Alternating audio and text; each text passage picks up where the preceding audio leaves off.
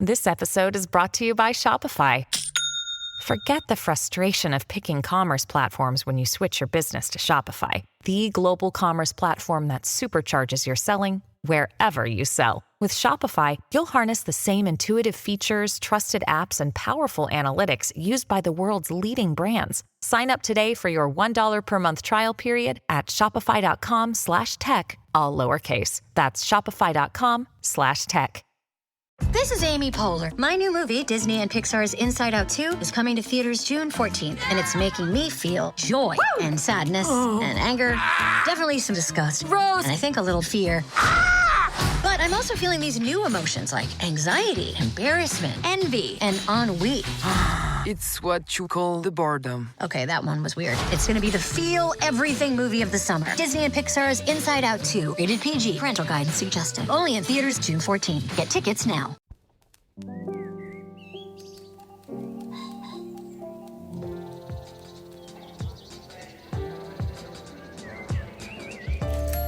I'm Stephen Metcalf, and this is the Slate Culture Gabfest Furiosa's Glower edition. It's Wednesday, May 29th, 2024. On today's show, Furiosa, a Mad Max saga. It's the fifth entry in the Mad Max series. This one's a prequel to Fury Road. It stars Anya Taylor-Joy as the title character, and of course is directed by the visionary progenitor of the whole Mad Max project, George Miller. And then we're doing two movies this week. Hitman is the new feature film from director Richard Linklater. It stars Glenn Powell as a humanities prof who, in his off hours, pretends to be a gun for hire for the local police department. It co-stars Adria Arjona. And finally, by which ScarJo becomes Fojo, the Silicon Valley company OpenAI has used a very Scarlett Johansson-like voice for its new iteration of ChatGPT. We're joined by the writer Brian Merchant to discuss this latest tech baron outrage. But first, joining me today is Julia Turner, who is a fellow at the Annenberg School for Journalism at USC. Hey, Julia. Hello, Steve. And, of course, Dana Stevens, the film critic for Slate. Hey, Dana. Hey. Okay, two movies. Batter up. Let's go. Let's make a show. In 1979, George Miller, a young Australian film director working with a then unknown actor named Mel Gibson, made a low-budget, weird, very weird, sort of punky movie called Mad Max. It barely leaked through to the United States. Funnily enough, I saw it then and loved it. Box office-wise, it did nothing. But Miller's second bite at the apple, he got really lucky. Gibson was now a rising movie star, and Road Warrior turned into a global hit. Sequels followed, then a very long hiatus. When Miller returned to the series in 2015 with Fury Road, he turned everything up to 11. He had the money and the clout to do it. That wildly kinetic visual style, action set pieces that are just so weird and apocalyptic, the whole punk ethos of the wasteland. And of course, at the center of it all, a bravura performance from Charlize Theron. He produced a huge, huge critical and commercial triumph with that movie. He's now returned with Furiosa, a Mad Max saga. It's a prequel with Anya Taylor-Joy taking over the role made famous by Charlize Theron. It tells the backstory of Furiosa's evolution into a hardened and pitiless road warrior. It co-stars Chris Hemsworth as Dementus. In the clip we're about to hear now, Anya Taylor-Joy, I should say, speaks very little in this movie. So we're going to hear a lot from Dementus in this clip when he encounters Furiosa in the wasteland. Remember me?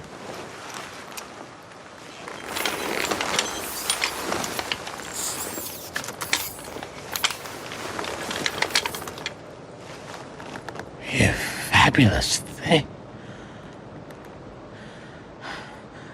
You crawled out of a pitiless grave deeper than hell. Only one thing's gonna do that for you. Not hope. Hate. No shame in hate. It's one of the great forces of nature.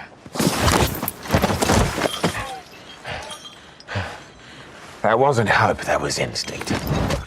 Dana, I don't want to overly frame our segment with the fact that this movie kind of bombed. I mean, relative to expectations, certainly relative to Fury Road. At the box office, independent of that, you saw it and had an opinion. I'm dying to know what you thought of Furiosa.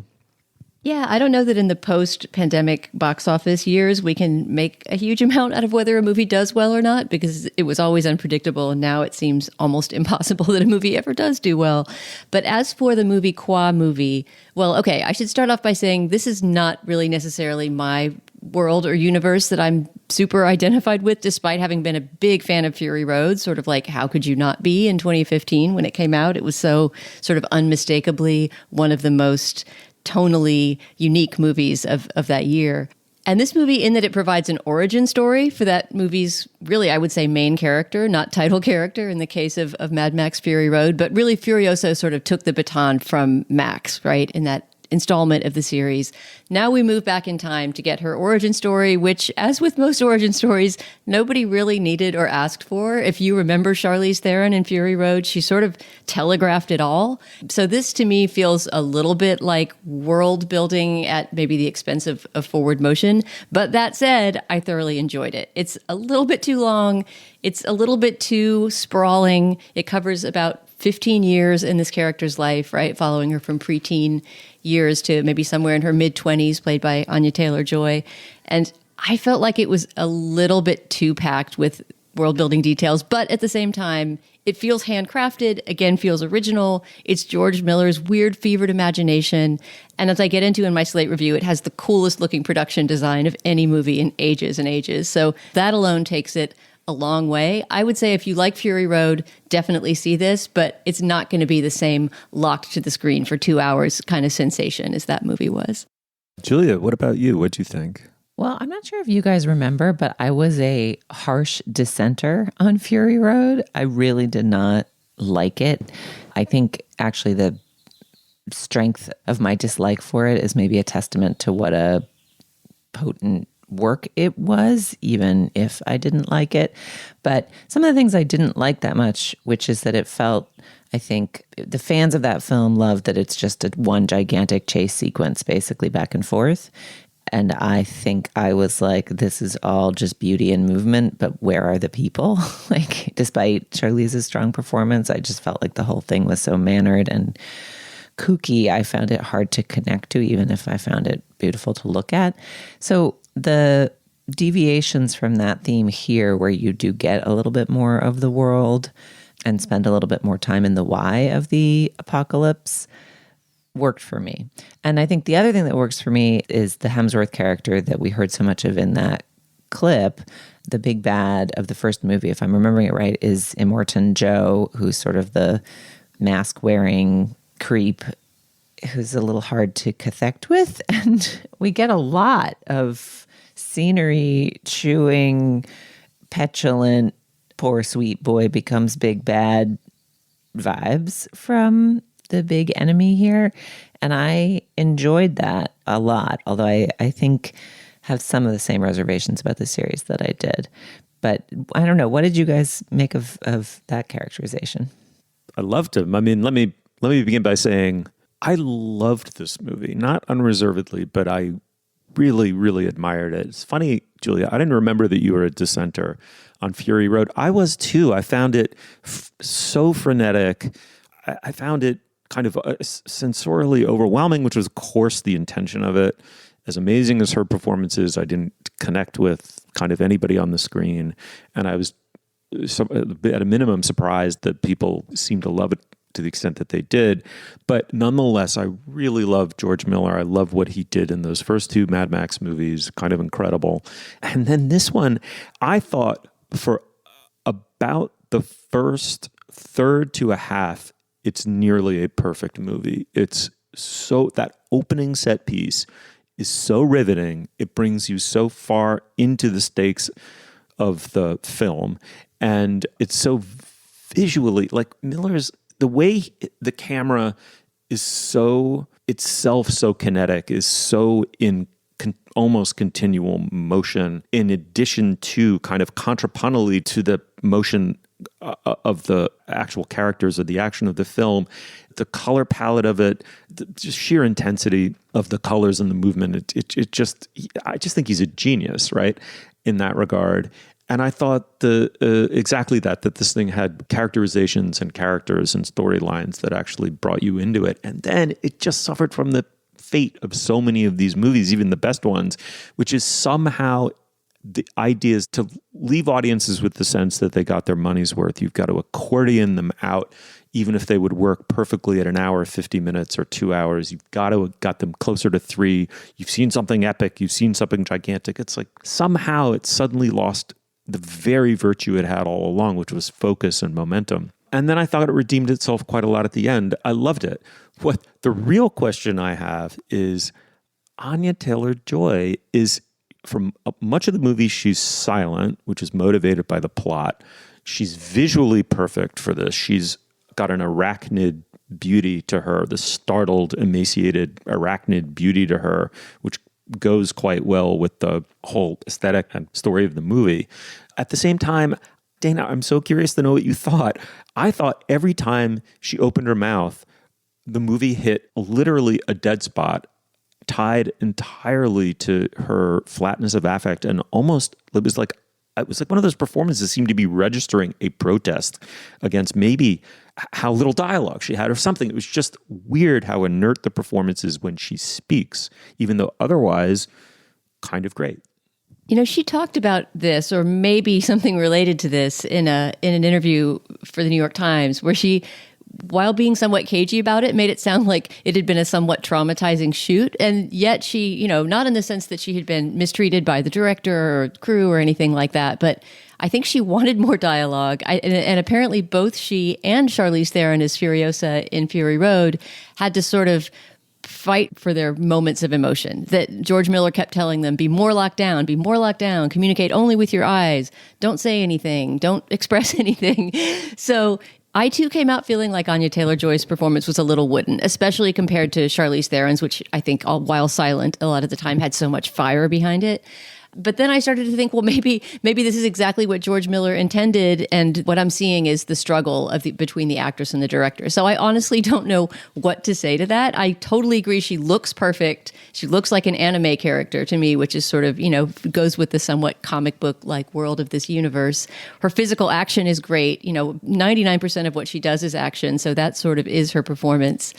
And I guess I would agree with you that her line readings are flat, but I think that may also be the character. And I think that may also be a fault in the writing. Like, I would like to know a little bit more about who this person is, especially because Dementis, the villain played by Chris Hemsworth, I thought wonderfully, is so verbal, right? As we heard in that clip, he's very into the sound of his own voice. I think he's a fascinating villain. He's a funny villain. He's got a lot more dimension than a lot of blockbuster villains of recent years have had.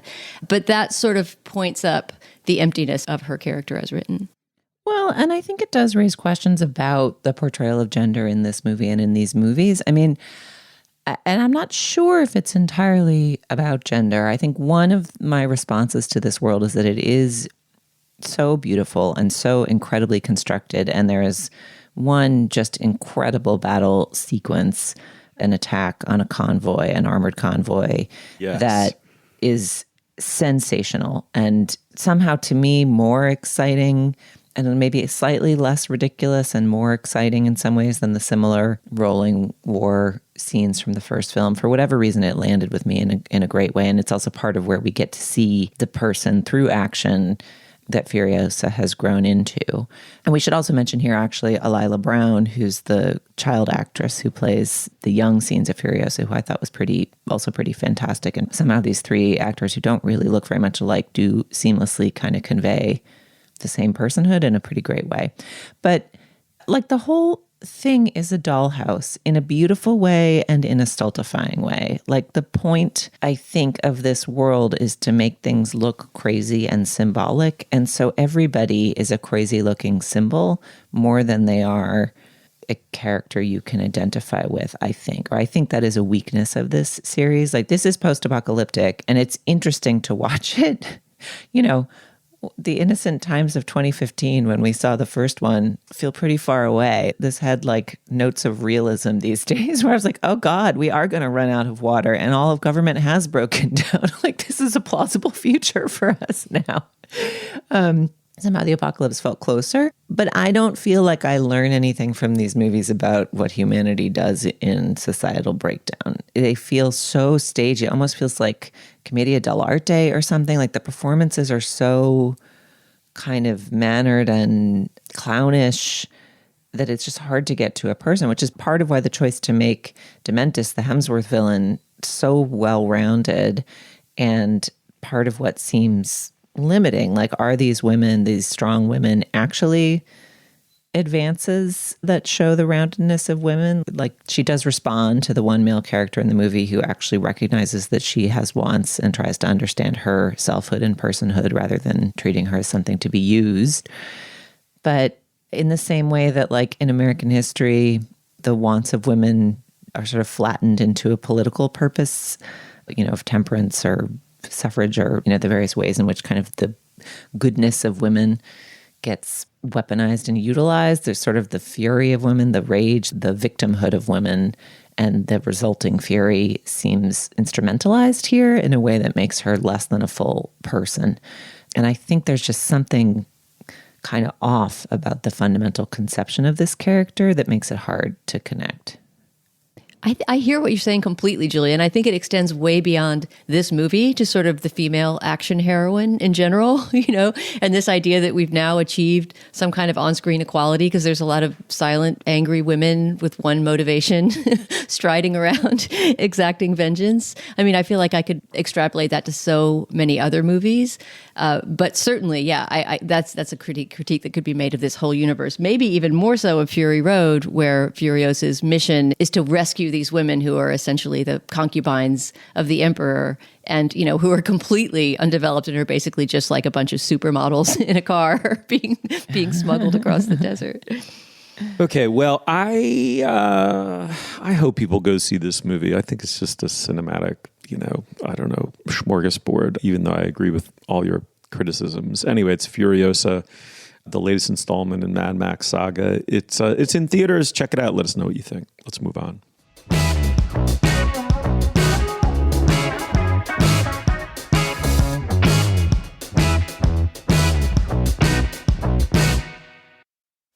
Back in the 90s, Pepsi and Coca-Cola were in a heated race to try and win loyal customers by any means necessary. But when Pepsi launched an ambitious promotion that encouraged people to buy Pepsi and redeem points for prizes, they overlooked their own fine print in a major way. On each episode of Wondery's podcast, The Big Flop, comedians join host Misha Brown to chronicle one of the biggest pop culture fails of all time and try to answer the age-old question, who thought this was a good idea? Like, who at Pepsi thought it would be a good idea to advertise that people could earn enough points to redeem a military jet as a prize? When they launched their Pepsi point system, they never imagined somebody might try to actually snag it, but a 23-year-old did, and suddenly, Pepsi owed him a jet. Follow The Big Flop on the Wondery app or wherever you get your podcasts. You can listen to The Big Flop early and ad-free right now by joining Wondery Plus. Back in the 90s, Pepsi and Coca-Cola were in a heated race to try and win loyal customers by any means necessary. But when Pepsi launched an ambitious promotion that encouraged people to buy Pepsi and redeem points for prizes, they overlooked their own fine print in a major way. On each episode of Wondery's podcast, The Big Flop, comedians join host Misha Brown to chronicle one of the biggest pop culture fails of all time and try to answer the age-old question, who thought this was a good idea? Like, who at Pepsi thought it would be a good idea to advertise that people could earn enough points to redeem a military jet as a prize? When they launched their Pepsi point system, they never imagined somebody might try to actually snag it, but a 23-year-old did, and suddenly Pepsi owed him a jet. Follow The Big Flop on the Wondery app or wherever you get your podcasts. You can listen to The Big Flop early and ad-free right now by joining Wondery Plus. All right, before we go any further, this is typically the spot in the podcast where we discuss business. Dana, what do we have this week? Stephen, our only item of business today is to tell listeners about our Slate Plus segment. It comes from a listener question from listener and New Yorker writer Michael Schulman. He wrote us a very fun idea for a question which has to do with works of art enclosed within other works of art. This was inspired by the new musical Stereophonic, which is about a sort of Fleetwood Mac-like rock band in the 70s and which contains a lot of really good rock songs. And because Michael was listening to that soundtrack and thinking about art within other works of art, he wanted to hear about some of our great examples and counterexamples of when a work of art within another work of art works and when it doesn't. What are the rules? If you're a Slate Plus member, you will hear that segment at the end of our show. And if you're not, you can become one by going to slate.com/cultureplus. When you're a member, you get ad-free podcasts, you get bonus content like the segment I just described, and of course, you get unlimited access to all of the writing and all of the podcasting on Slate.com. When you're a Slate Plus member, you're helping keep the magazine going and supporting journalism and supporting us. So please, if you haven't already, sign up today at slate.com/cultureplus. Once again, that's slate.com/cultureplus. All right, onward. Director Richard Linklater, he of Slacker, Dazed and Confused, and Boyhood fame. And please, please do not sleep on God Save Texas. We discussed his documentary series about his home state. It's just fabulous. He returns now with a rom-com thriller. I don't know exactly what to call it. Let's call it that for now. It's called Hitman. It stars Glenn Powell as Gary Johnson. It's based-ish on a true story of a college professor who, working part-time for the New Orleans Police Department, posed as a hired killer. Along the way, he meets a woman, in the movie at least, not in real life, who wants to murder her husband. And when he falls for her, the two become entangled in a calamity principally of their own making. It co-stars Adria Arjona. In the clip we're about to hear, Gary, played by Powell, who's working as an electronics geek for the police department, is told he must now go in, wear the wire, and pretend he's the hitman, at which, of course, he naturally balks. Let's listen. Hey, Gary. We're thinking you're up. I'm up? What is up? Congrats, Gary. You just got promoted to contract killer. Well, were you reschedule? He's not even here yet. Hitmen don't cancel the first meeting. Hitmen? Hitmen don't exist. What are we following made-up rules now? You've seen this a million times. You can do it. Why don't you do it? No way. Tried years ago, almost got killed. I don't want to almost get killed either. Okay. I'm a civilian. We got your back. We'll move in if it starts getting pear-shaped. Clock's ticking. I need you to grab Jasper's wire. And you might want to check this out real quick. That is everything we know so far, Billy. What? Your alias. Billy. Let's go.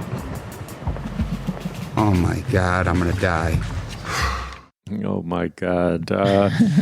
Julia, you got my back if it goes pear-shaped, right? What'd you make of this movie? Ugh, what a charming movie. Richard Linklater is such a gem.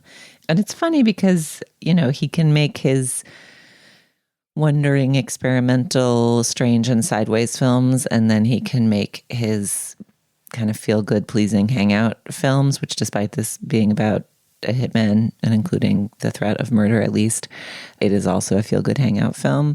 But they're so clearly animated by the same spirit, which is someone who's really curious about how people tick. And so this is a delightful rom-com that is kind of smart and asking serious questions about selfhood, but all within the frame of a very silly, smart, entertaining rom-com about a ridiculous situation, which you just heard the premise of. And then some of the very significant moral questions it poses. I loved it. I thought it was great. It does not have the same kind of icy elan as Out of Sight, but Out of Sight, the Soderbergh movie with George Clooney and Jennifer Lopez, is sort of a movie it reminded me of kind of these two people meeting each other and play acting in this hilarious world, but then undercut with Linklaterian Texan warmth, even though this movie's set in New Orleans. I don't know. I totally adored this. And we've now seen Glenn Powell in a bunch of things, and I know it's a cliche to say that he's great, but he is great. All hail Glenn Powell, add him to the pantheon with Zendaya and the other young stars who are going to save cinema.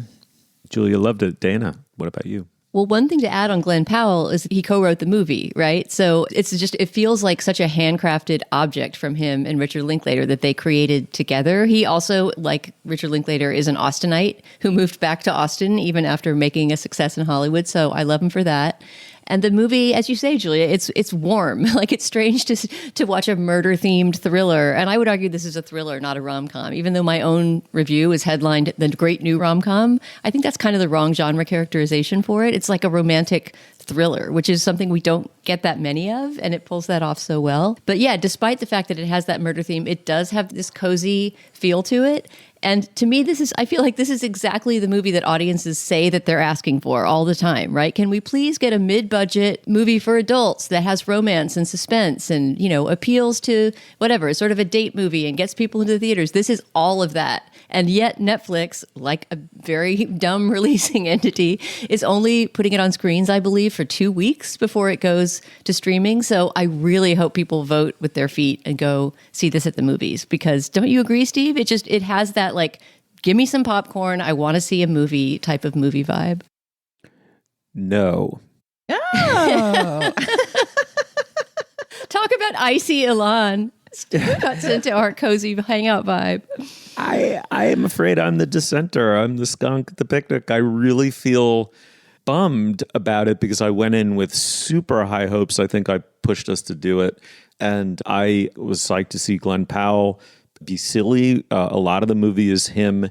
He's essentially a buttoned up, likable intellectual dweeb who discovers that in kind of hitman drag, all of these other sides of his personality suddenly come to the surface in ways that surprise him. They begin to leak into who he is otherwise. The romance is based on kind of the false identity, which sets up it's a great rom-com conceit, right? It's something she's sort of fallen in love with this fake persona. And then in his classroom life, he's teaching, the relationship between the ego and the id. It's a little clunky, but it works. I mean, effectively what he's doing is teaching college students about the multiplicities and opacities and weirdnesses of the human psyche as he himself is kind of living out his own suppressed selfhood in some sense as a courageous, lusty human being that he hasn't otherwise been. Actually, I thought one of the better scenes in the movie, funnily enough, is with his ex, who really calls him on it in ways, and there's just an intricacy to that, an emotional intricacy to that scene because she's not mad at him. It's actually quite tender, and just mystified by his own inhibitions and stuntedness in some sense. I thought Arjona as the female romantic lead is tremendously good, right? I mean, she's very funny. She vamps it in these ways that are wonderful because you don't know whether she's in on some kind of a larger plot, whether she's kind of handed a counterfeit self to the Glenn Powell character or not. That's a wonderful source of tension. The problem is I don't know what it is. Is it sort of a second act problem here, which is that there's kind of a cake and eat it too thing with nonfiction material for movies where, you both go ahead and write what amounts to a highly fictionalized account of something real and therefore get it to fit into all of the genre expectations of a movie going audience. And you have the, oh my God, I can't believe that story was true, which I think is a bit of a cynical ploy. This was like kind of, don't eat your cake, but get fat sort of dilemma in a way. It was like, it was kind of like you based it on the true story. You didn't want to wildly exaggerate what kind of a thriller miasma this guy got sucked into. And so they didn't go very big with the plot. I mean, that kept it a Linklater film. You are right. It is a hangout. I love his buddy cop colleagues are wonderful in this movie. They're very nicely written and very funny. But at the same time, he puts the slack back in Slacker over and over again. And sometimes there's a magic to it. I felt that the lack of a sort of adequately fleshed out plot left the movie without much thrust. And unfortunately, in the end, it just didn't really land for me.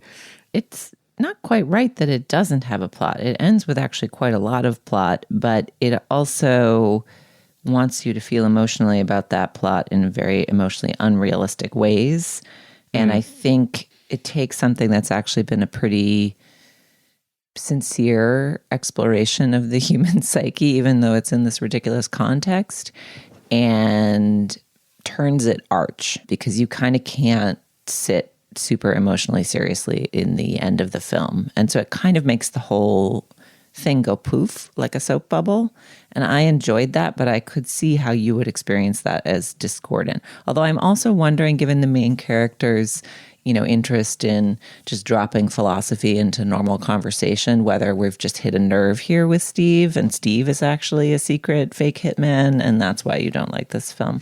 But I get you on the on the archness of it, but it just works so well.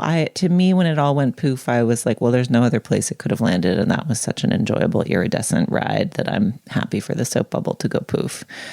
So maybe it's just a matter of taste. I do want to shout out that actress, Molly Bernard, who plays the ex, is so good. She had a long-term and very funny supporting role on the underrated but beloved series Younger, the series with Sutton Foster and Hilary Duff, where, for reasons that are too silly to go into, Sutton Foster pretends to be 26. And Molly Bernard is just absolutely magnetic anytime she's on screen. So I love that you shouted out that performance, which I thought was great. I think the whole ensemble here is strong. Adria Arjona, we last saw in Andor. She plays the kind of mechanical hometown, not quite love interest, and it's a very different, more buttoned up role. Actually, the character in Andor would fit well into the Furiosa world because she's like a tough gearhead in a jumpsuit, which is very different from the many bias cut silk slip dresses worn in this film.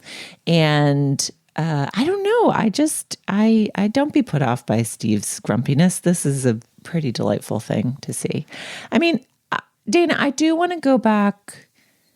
It is definitely the kind of movie that critics think audiences are clamoring for at the movie theaters. I'm not sure that the audiences are clamoring for it. If they really were, maybe more of them would be in the movie theaters, but maybe that's giving corporations too much credit. I mean, I think critics are getting that idea from the fact that people are always complaining that every movie in the theater is a blockbuster. I don't think that's something that's just being invented by critics reviewing movies. You don't hear people saying all the time that they wish there were more normal, smaller movies to watch that weren't giant franchise installments? I don't. No. But I guess people don't talk to me about movies the same way they talk about them with you. What I liked about this movie, it actually reminded me of Challengers, which is that it just seemed to want me to have a good time and to have no bigger designs on my next 10 years of movie going, my understanding of some galactic battle. It was pleasantly modest in its hopes for me, which seemed to be that I would have a fun, amused adult time for a couple hours, which reminded me of Challengers, and I found very enjoyable. I'm all for it. I'm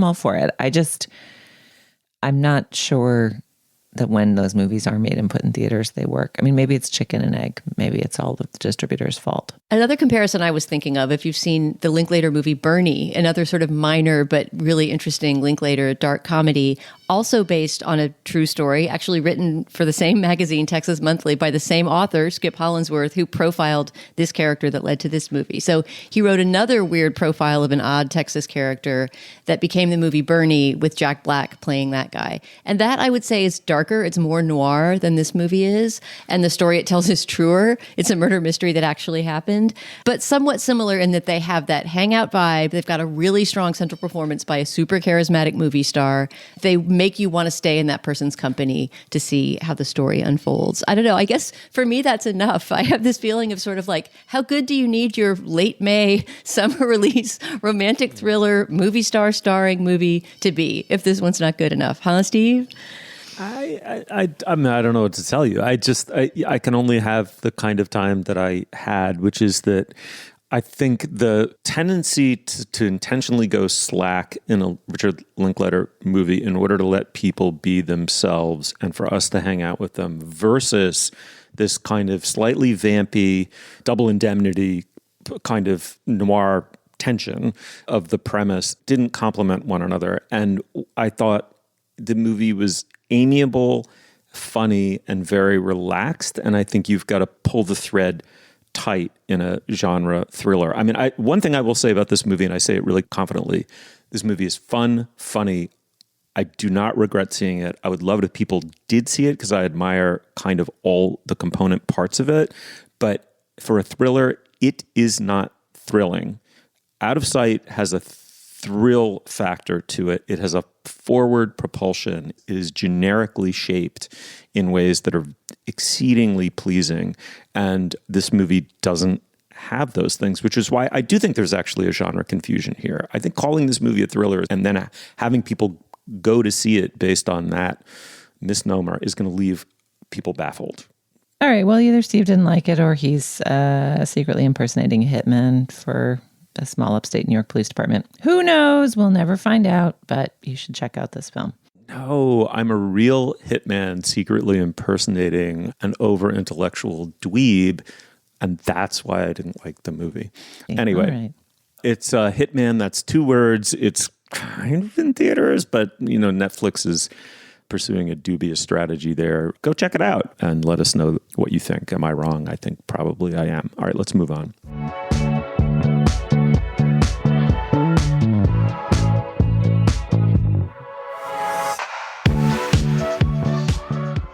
Tired of not being able to get a hold of anyone when you have questions about your credit card?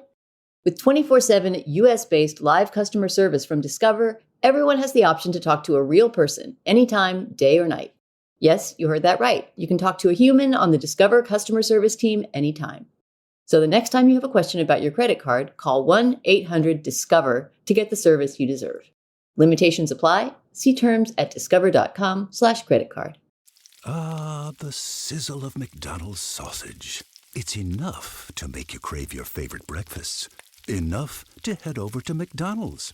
Enough to make you really wish this commercial were scratch and sniff. And if you're a sausage person, now get 2 satisfyingly savory sausage McGriddles, sausage biscuits, or sausage burritos for just $3.33. Or mix and match. Price and participation may vary. Cannot be combined with any other offer or combo meal. Single item at regular price. Ba-da-ba-ba-ba. Last fall, the actress Scarlett Johansson was approached by Sam Altman, CEO, founder of OpenAI. He is a huge fan of the movie Her, in which ScarJo voices a Siri-like function on a very iPhone-like device. She declined. 9 months later, out comes the new version of ChatGPT with a voice that's indistinguishable from Johansson's, but not hers. She has objected. Before we get into the segment, let's listen to the voice that they used for the new iteration of ChatGPT. Hey, how's it going? Hey there. It's going great. How about you? I see you're rocking an OpenAI hoodie. Nice choice. What's up with that ceiling, though? Are you in a cool industry-style office or something? Well, can you take a guess at what I might be doing based on what I'm showing you here? From what I can see, it looks like you're in some kind of recording or production setup. With those lights, tripods, and possibly a mic, it seems like you might be gearing up to shoot a video or maybe even a live stream. Joining us to discuss this situation is Brian Merchant. He's the author of Blood in the Machine, The Origins of the Rebellion Against Big Tech, and he has a newsletter called Blood in the Machine. Brian, welcome to the podcast. Thanks so much for having me. Your newsletter is amazing. I cannot wait to read your book. I love the subject of the Luddites and that you analogize to the present day is inspired.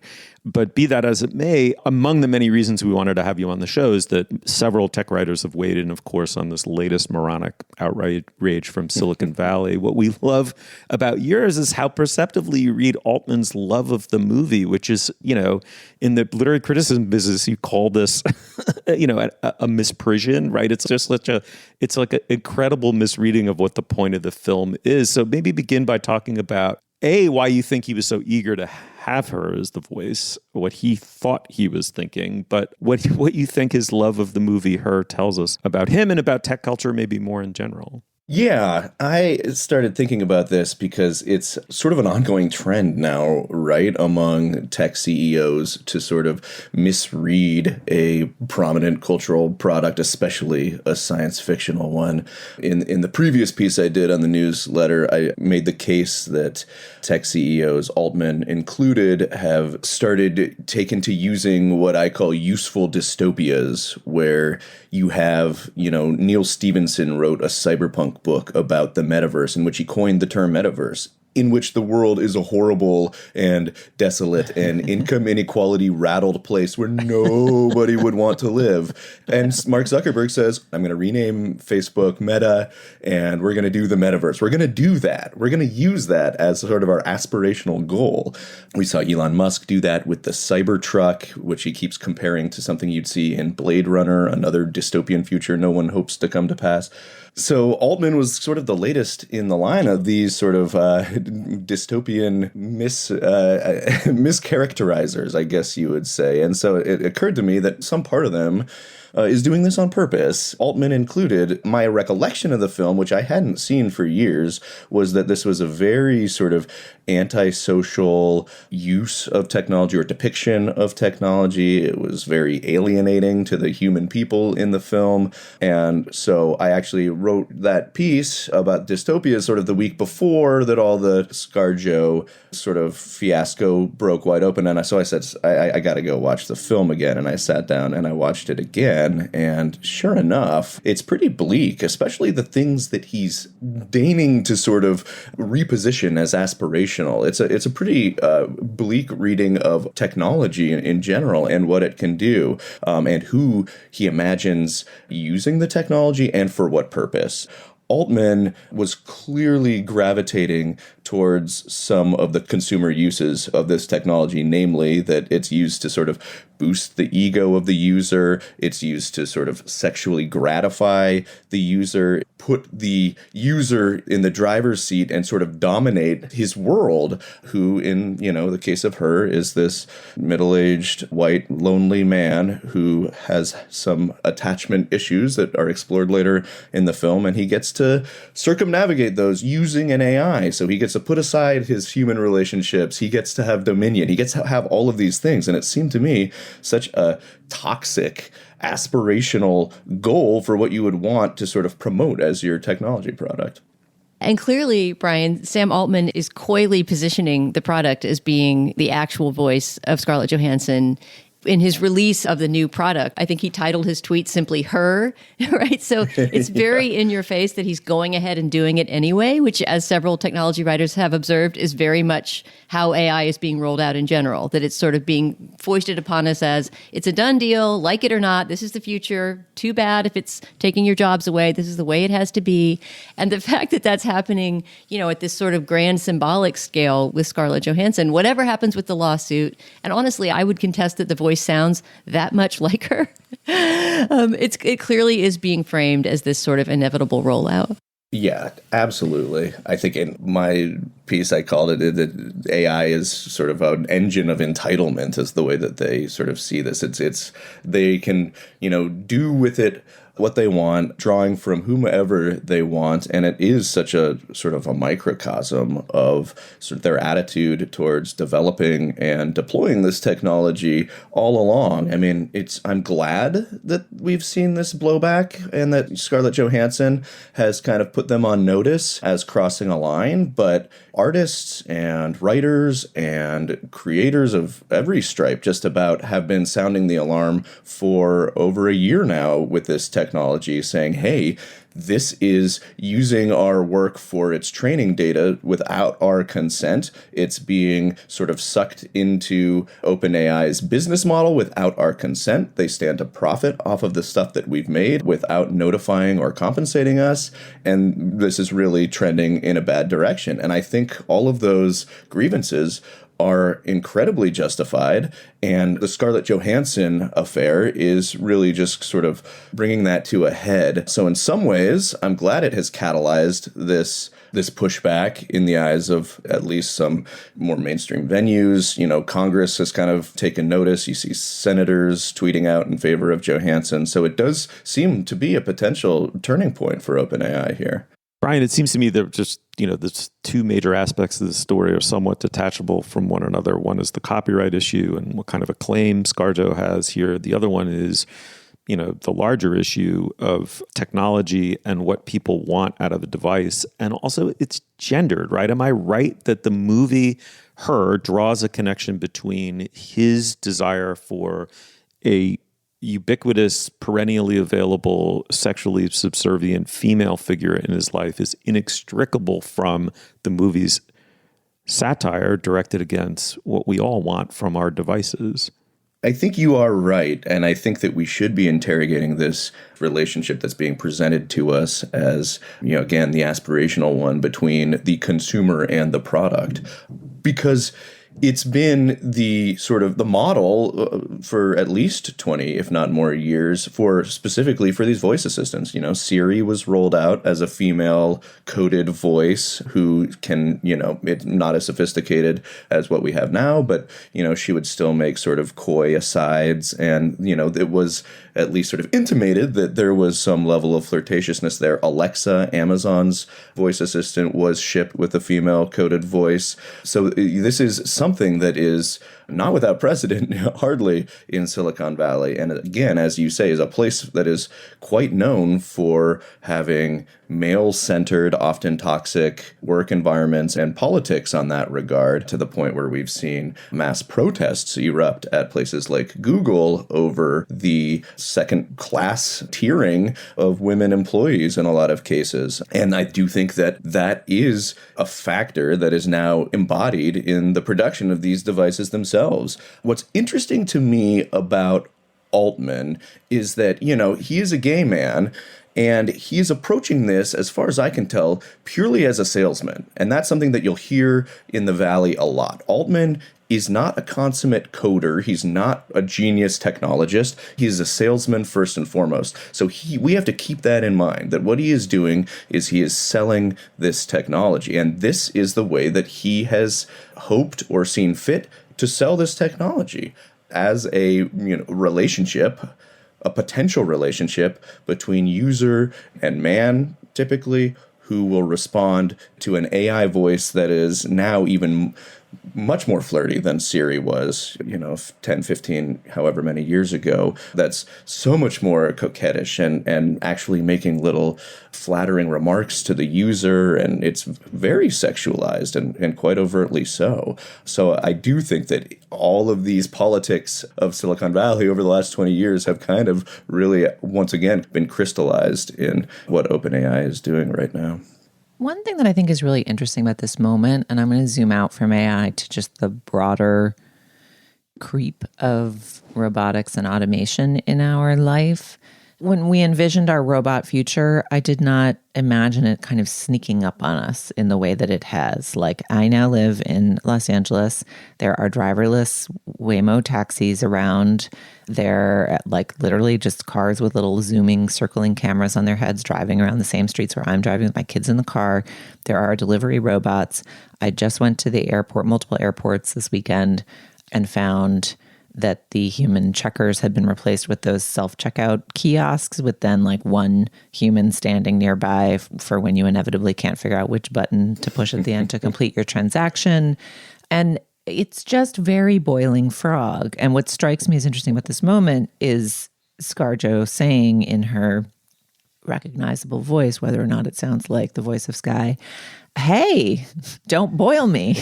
Like just the sheer value of the publicity of it seems like one of the most striking things about this moment, whatever the outcome of the actual case is.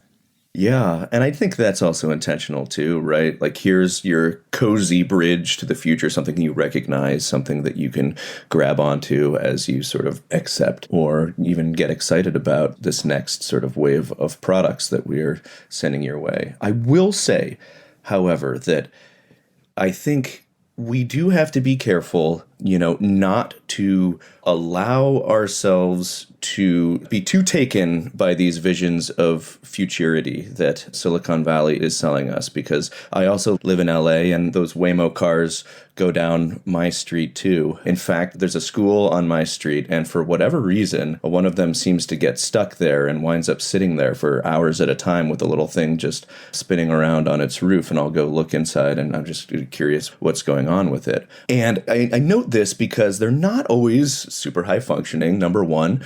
Number two, we don't exactly know what's going on underneath the hood in a lot of these technologies, OpenAI and its AI products very much included. And for instance, when Waymo's biggest competitor, the GM Cruise, got into a tragic crash last year where it hit and drug a pedestrian hundreds of feet before it was able to stop, and it kind of got chased out of San Francisco. Well, one thing that we learned is many times a minute, human operators were forced to intervene or to check a movement that the the car was going to make. Same thing with those delivery bots that we're seeing around. A lot of times they're not automated. They're just being sort of remote controlled with technology that we've had for decades by a worker in the global south in Venezuela for one of the major startups that we have. So a lot of this stuff is technology that is just sort of displacing the role of the human. It is, as I argued in one of my columns for the LA Times, ultimately, in a lot of cases, going to come down to an argument for automation. And that's really one of the few ways that Silicon Valley is finding that they can make real money or promise to make real money off of AI. And same thing with OpenAI. There are a lot of humans in that AI supply chain, doing things like quality assurance testing and making sure it's not spitting out racist results and that kind of thing. But what Sam Altman and co are able to do, again, by sort of embracing a futuristic vision like her, they're able to sort of attach even more of that sort of futurity. Again, whether it's good or bad. And that's sort of the case I make for this useful dystopia, where if it's just you in the story and you have the product, chances are, you're going to be able to benefit from its product, even if the world is falling apart. If you've got a Cybertruck, you're going to be okay. Society might not be, but you're going to be okay. If you know how to use the AI, if you have this relationship with AI, then even if sort of society is getting alienated and worse off as a whole, then you'll be okay. So I think that is like the broader message that they're sending with this positioning of her and cinematic dystopia and these sort of questionably moral uses of technology. Brian, I love that we kind of organically brought it back around to Blood in the Machine, the origins of the rebellion against big tech. I imagine a sudden Luddite swarm wielding bats hitting the Waymo car on that block. Anyway, thank you so much for coming on to discuss this. And it really was a great segment. And so I hope we have you back soon. Thanks for having me. It was my pleasure.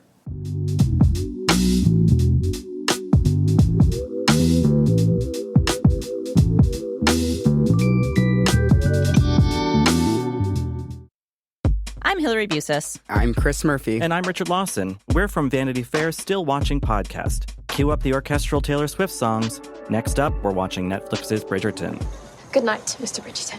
Do you not need a chaperone? Spinsters do not need chaperones. It's time to dip our toes into the Shondaland romantic period piece. And the stars of Bridgerton will be stopping by to spill the Regency-era tea. New episodes of Still Watching drop Thursdays wherever you listen to podcasts. All right, now's the moment in our podcast when we endorse Dana. What did you bring us today? I just have a small one that I came across reading up on Richard Linklater for our discussion of Hitman. Skip Hollandsworth, the writer I mentioned, the Texas Monthly writer who wrote the profile the movie's based on, and also the profile that Linklater's Bernie was based on, actually interviewed Linklater. They've known each other a long time, 30 years or something, and they had a conversation for Texas Monthly that just talk about laid back and cozy. It just has the vibe of, two friends with similar interests talking about fake hitmen, movies, making a deal with Netflix, and that question of theatrical release, etc. Also, Glenn Powell's friendship with Linklater. So it's just a fun conversation that's a little more intimate than your average movie release promotion profile. It's called Richard Linklater Wants You to See Hitman in a Theater. It's in Texas Monthly, which is subscription only, but I think they give you a few free articles, and we'll put a link on the show page. That's so great. Julia, what do you got? Okay, well, briefly, true or false question to you both. Monopoly is a fun game, true or false? You know what my answer is going to be. The funnest game in the world is not fun to me, but Monopoly is known for being an extremely long, boring game, right? Nothing could create more dread than someone proposing a round of Monopoly. How about you, Steve? Is your secret inner capitalist come out? I mean, I haven't played it in so long; it'd be hard to say.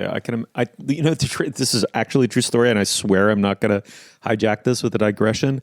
The last time I played Monopoly was in a dacha deep in rural Russia with the former head, the KGB general in charge of Asia or Southeast Asia. I can't remember. His son, some Russian teenager from that rural village, and a friend of mine, and the Monopoly board was in Russian because it was thought of as an acceptably anti-capitalist board game. It was there anyway, and I had a fucking amazing time, and I got shit-faced on, like, they called it vodka, God knows what it was, moonshine, and then I was like, I can't, there's no indoor plumbing in these dachas. I can't throw up anywhere in the immediate ambit of this KGB general's house. And so I paced back and forth like a zombie for 4 or 5 hours the next morning, my head down looking at the ground, and I did not vomit. So it can be fun. Julia's theory about you having a secret hitman life is definitely true. And that story is true word for fucking word. Now I need an origin story. I didn't need one for Furiosa, but I need one for that story.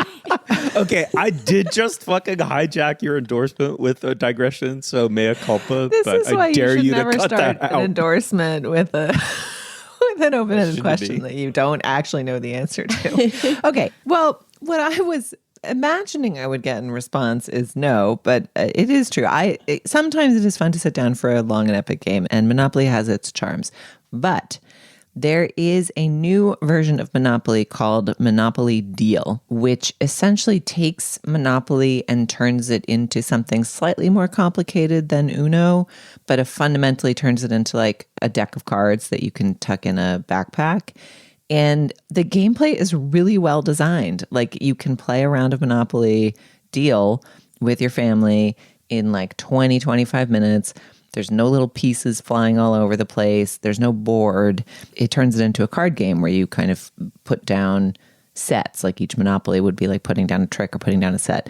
And you can still build and steal. And I don't know. It's a very well designed game. So if you are looking for a family game that is Monopoly-ish but less annoying than real Monopoly when there aren't KBG generals involved and cheap vodka and the Cyrillic alphabet, try Monopoly Deal. Really fun family game.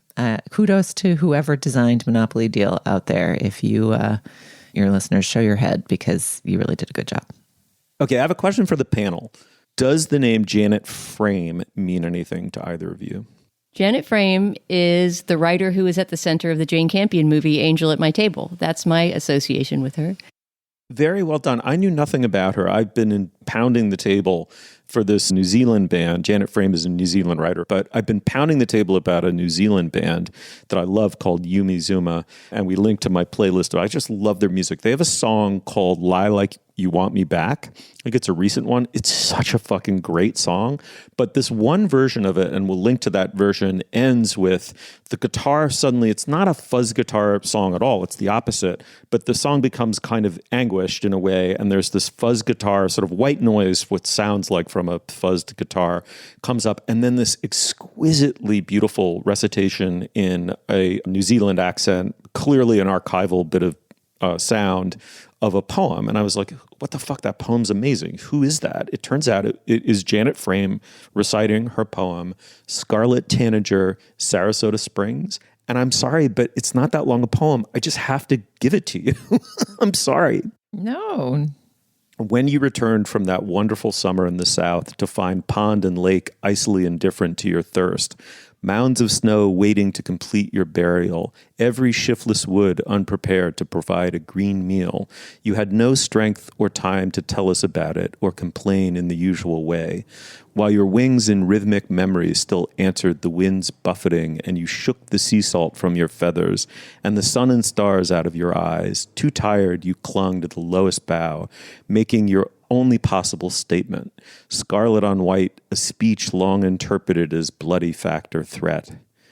Snow's diminishing was now certain. In a few weeks, if you survived, you found food served by the repentant, blossoming wood. And then, your blood color furled, you flew to the highest bough, and you sang in detail, without violence, a civilized version of your story. Oh my God. I mean, and the crazy thing is I knew nothing about Janet Frame, discovered the fact about the Jane Campion film being based on her.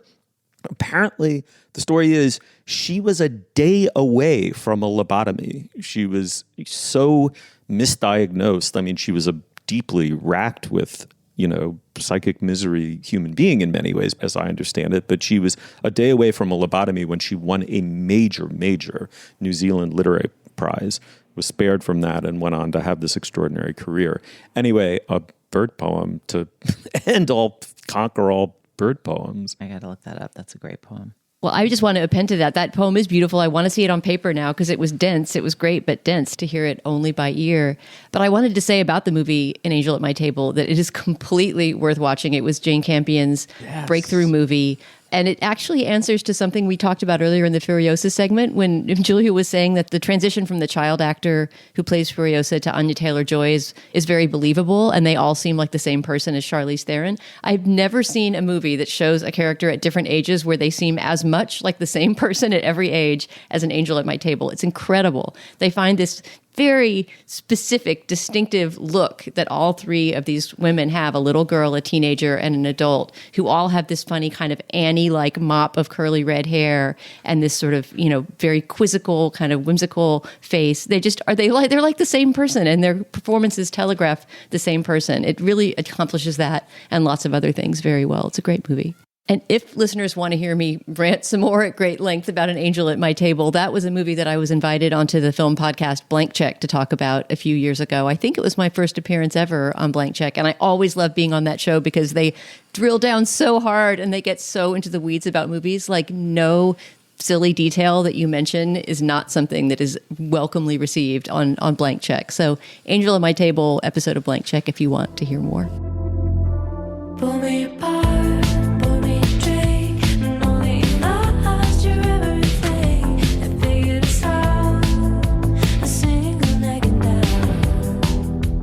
Julia, thank you so much. Really fun. Thanks, Steve. Thanks a lot, Dana. Thanks to you, Steve. I promise I'll make it up to you. I will like a movie that you like soon. You'll find links to some of the things we talked about today at our show page. That's at slate.com/culturefest, and you can email us at culturefest@slate.com. Our introductory music is by the composer Nicholas Bertel. Our production assistant is Kat Hong. Our producer is Jessamine Molli. For Dana Stevens and Julia Turner, I'm Stephen Metcalf. Thank you so much for joining us. We'll see you soon, I hope.